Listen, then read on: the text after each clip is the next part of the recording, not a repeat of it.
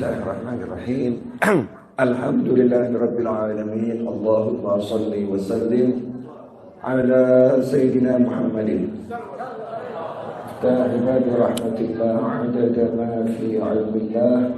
Salatan wa salaman daimin bidawami mulkillah wa ala alihi wa sahbihi.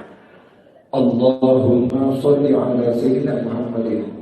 طب القلوب ودوائها وعافية الأبدان وشفائها ونور الأبصار وضيائها وعلى آله وصحبه. السلام عليكم ورحمة الله وبركاته.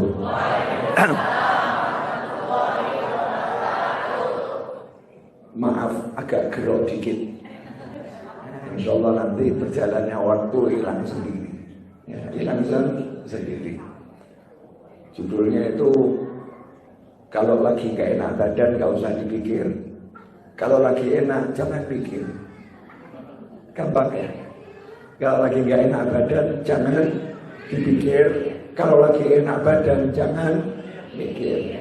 Nah, orang-orang yang sakit itu yang kebanyakan mikir. Ya. Kalau kebanyakan mikir nanti sakit. Tapi kalau gak pernah mikir walaupun sakit sehat. Contoh orang gila. Contoh orang gila. Orang gila itu karena nggak pernah mikir, walaupun disebut jiwanya mengalami gangguan khilafiyah, tapi orangnya badannya sehat. Makanya orang gila itu kuat. 1 lawan 10 menang yang 1. Betul ya? Orang gila 1 lawan 10 menang yang 1. Lah ibu-ibu waras kok kalah. Bapak-bapak ini waras, gak gila, alhamdulillah. Kok kalah? Kenapa? Kebanyakan mikir, ya, kebanyakan mikir. Makanya malam siang hari ini waktu Tuhan kita mau belajar bersama judulnya Kenal Allah. Judulnya Kenal Allah. Insya Allah nanti kalau kenal Allah hidupnya jadi enak. Punya dosa enak, berbuat taat juga enak. Maksudnya kalau punya Allah, kenal Allah, punya dosa enak itu Tuhannya, yaitu Allah Subhanahu wa Ta'ala. Izin minum teh. Ya, judulnya nggak usah mikir. Pengen minum ya minum. Yang lain nggak minum nasib. Alhamdulillah bahwa sudah mau tunjuk saya wakili ya. Alhamdulillah enak.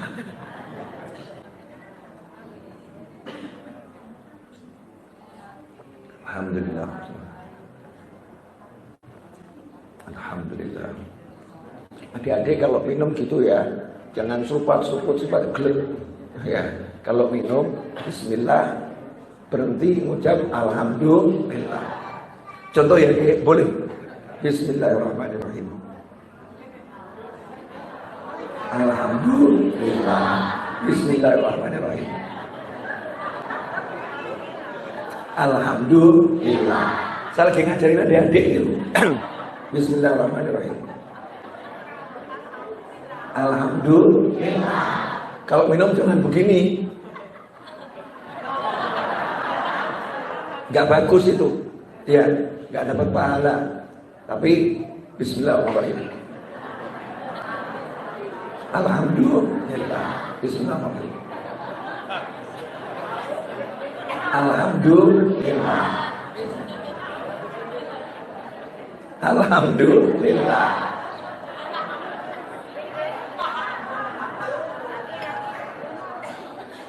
Alhamdulillah. Hidup enak kok dibuat susah. Wah, haus ya minum. Lapar makan. Gak ada makanan puasa. Gitu aja kok repot.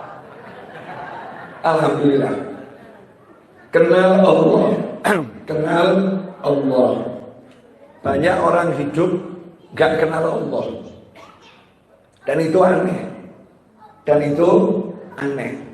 Kenapa aneh? Lalu ciptaannya Allah ini sedemikian dahsyat kok gak kenal. Boleh nanya. Kalau ibu diundang makan malam, terus ada batagor yang enak betul hidangannya, Ibu nanya yang masak enggak kira-kira? Ini kok enak betul ya? Ibu kenal, ibu pengen tahu resepnya enggak kira-kira? Pengen. Nah kalau ternyata itu batagor paling terkenal di seluruh dunia, terus ibu kenal sama yang buat, bangga atau enggak bangga? Bangga ya. Bahkan mungkin selfie sama yang buat. Ceprek. Bangga. Saya bertemu sama yang punya batagor paling enak seluruh dunia. Ya, asli Bandung. Ya, asli Bandung. Senang. Pertanyaan saya, Bapak Ibu kira-kira yang buat siapa? Allah. Kita ini ciptaannya siapa? Allah. Nah kira-kira kita ciptaannya Allah yang biasa atau yang paling indah?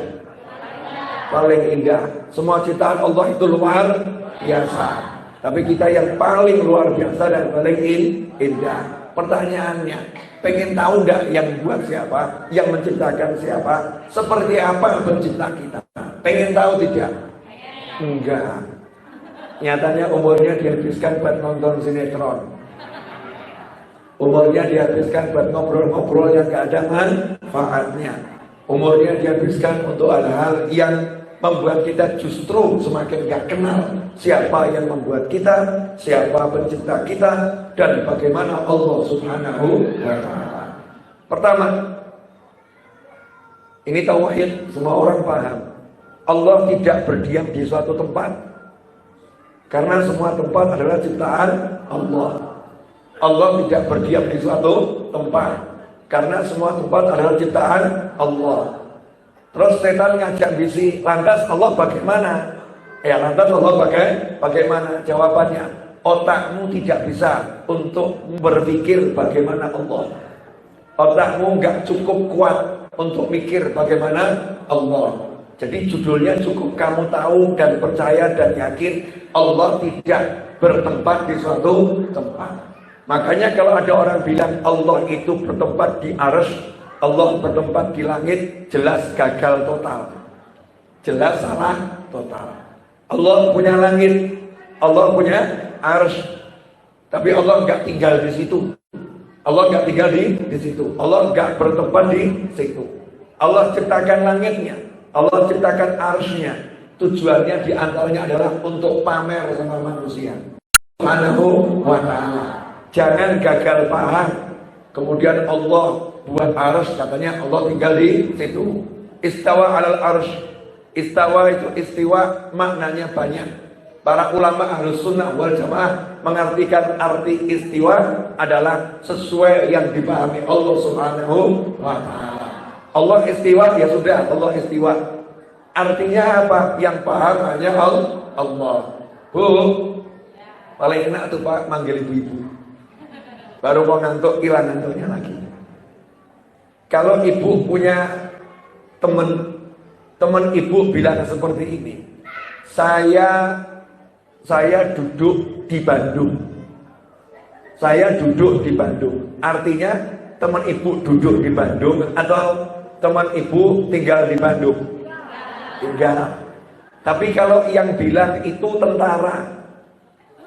tentara Indonesia menduduki Bandung, itu artinya tinggal di Bandung atau menguasai Bandung? Oke.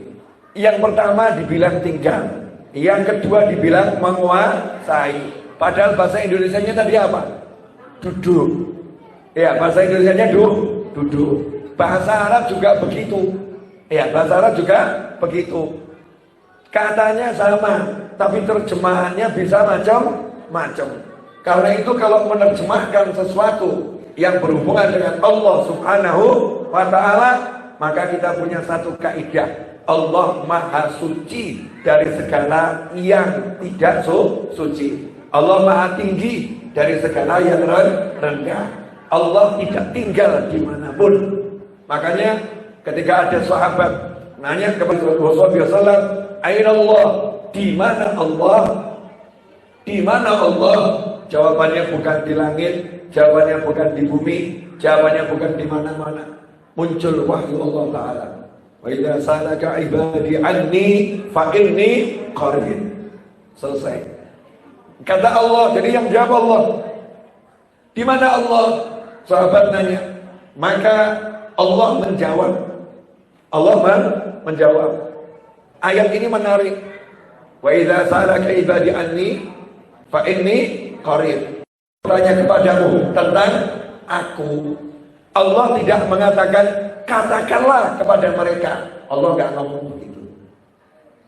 Bu, kalau ibu titip pesan sama orang kan ngomong, kalau ada orang yang nanya tentang saya, sampaikan ke mereka. Sampaikan ke mereka. Artinya ibu mewakili, ya, orang itu mewakili ibu untuk menjawab. Sampaikan kepada mereka. Katakan kepada mereka. Khusus ayat ini Allah tidak memerintahkan Nabi Muhammad SAW untuk menyampaikan. Kenapa? Karena judulnya sahabat nanya, "Aina Allah?" Di mana Allah? Maka Allah sendiri yang menjawab, bahkan Nabi pun tidak diperintah untuk menyampaikan sesuatu. Wa idza salaka ibadi anni, jika hamba-hambaku bertanya kepadamu tentang aku, fa inni qarib. Langsung dijawab sama Allah, sesungguhnya aku maha dekat. Selesai. Allah maha dekat. Jangan pakai pikiran untuk mikir di mana Allah. Lantas ada orang yang nanya, lah itu katanya ketika Isra dan Mi'raj, Nabi Muhammad SAW ketemu Allah Ta'ala di Sidratul Muntaha, terus naik ke atas ketemu Allah Ta'ala. Itu gimana itu? Jawabannya, tempatnya buat Nabi, bukan buat Allah. Tempatnya buat Nabi, bukan buat Allah. Contoh, Bapak pergi ke masjid, ditanya sama istri, mau kemana Pak? Ketemu Allah. Mau kemana Pak? Ketemu Allah. Di mana? Di masjid. Emang Allah tinggal di masjid? Enggak. Masjid tempat buat kita bertemu dengan Allah. Kemudian kita pergi ke Mekah. Kemana? Ke rumahnya Allah. Baitullah, rumahnya Allah. Emang Allah tinggal di Baitullah? Enggak. Kita ke Baitullah, itu tempat buat kita bertemu dengan Allah. Saking maha besarnya Allah, maha dekatnya Allah Subhanahu wa Ta'ala, maka Allah maha suci dari butuh tempat, maha suci dari butuh jarak. Tuhanmu tidak berjarak, Tuhanmu maha dekat. Kalau udah Allah sedekat itu, jarak tidak boleh membatasi antara hamba dengan Allah Subhanahu wa Ta'ala, antara Allah dengan hambanya. Pertanyaan saya, jadi kalau kita kenal Allah enak enggak? Enak.